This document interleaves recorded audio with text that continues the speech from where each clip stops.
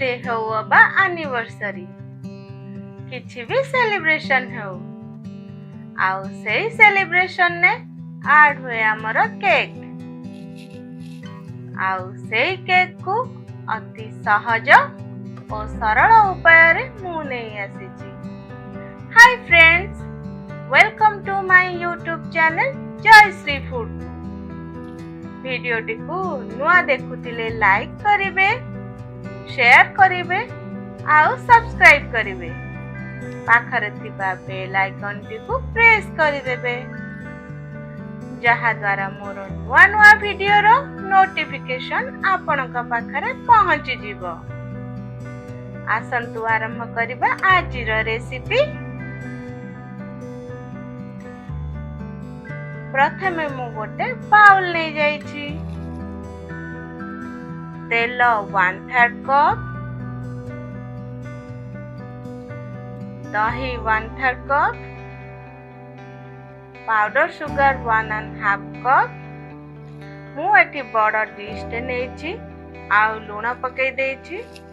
गोटे स्टैंड दे दबा, कवर करी प्री हीट करबा को छाडी देबा।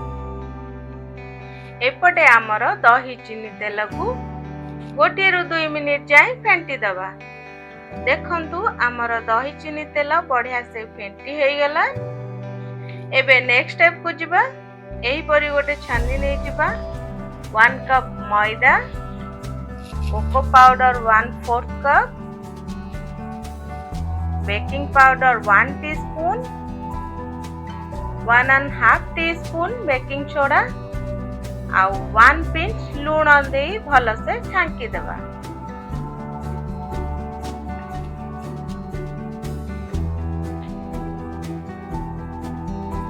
एबे कट आउ फोल्ड करी मिक्स करी देबा।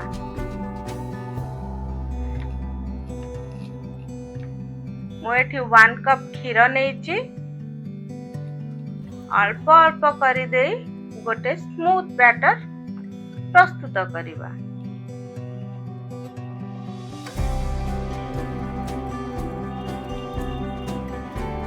एठी टिके बहलिया लागुची, मोर आउ टिके क्षीर दरकार अछि। मु एठी ऐड करी देली।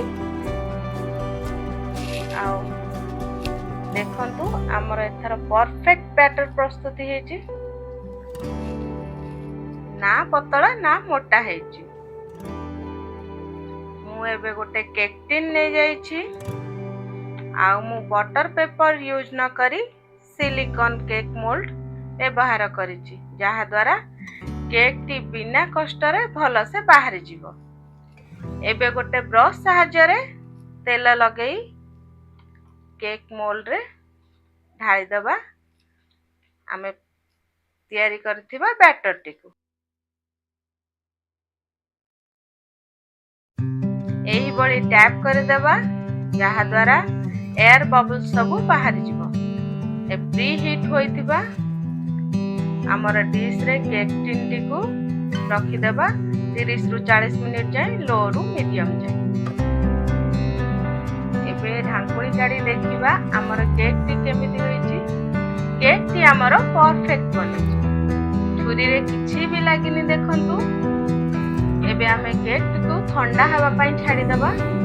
आ मु ता ऊपर एही परी कपड़ा ढांकी देछि, जहा द्वारा हमर केक टी सॉफ्ट रहइबो।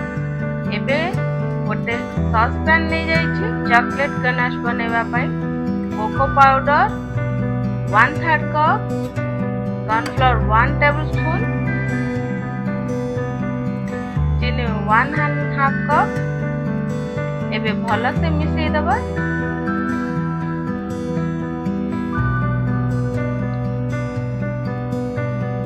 मु एबे ऐड करूची 1 कप क्षीर।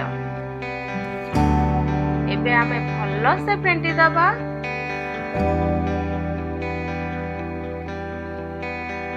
हमर किछि भी लम्स रहइबनी, जेमिति मिसई की फेंटी दबा। एबे आमे गैस ऊपर को नै की लो रु मीडियम जाए, लो रु मीडियम फ्लेम रे मिसेइबा। जेते बेले बहलिया होई जिवो ऐड करिबा बटर।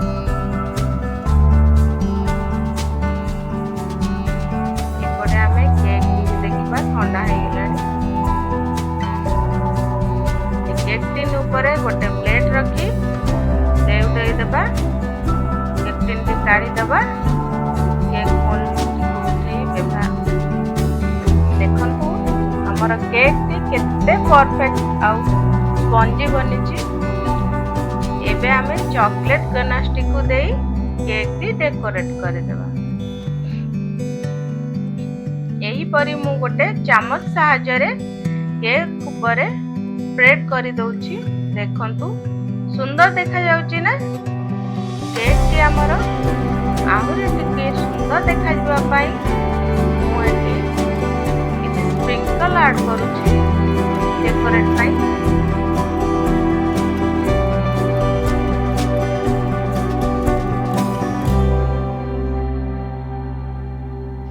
ଏହି କେକ୍ଟିକୁ ଆପଣମାନେ ଆପଣଙ୍କ ସେଲିବ୍ରେସନରେ ଆଡ୍ କରନ୍ତୁ।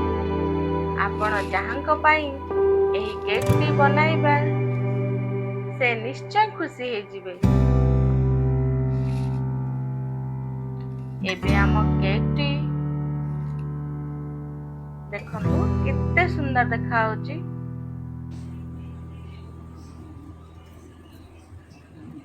ଏବେ 2 ରୁ 3 ଘଣ୍ଟା ଯାଇ ଆମେ ଫ୍ରିଜରେ ରଖିଦେବା।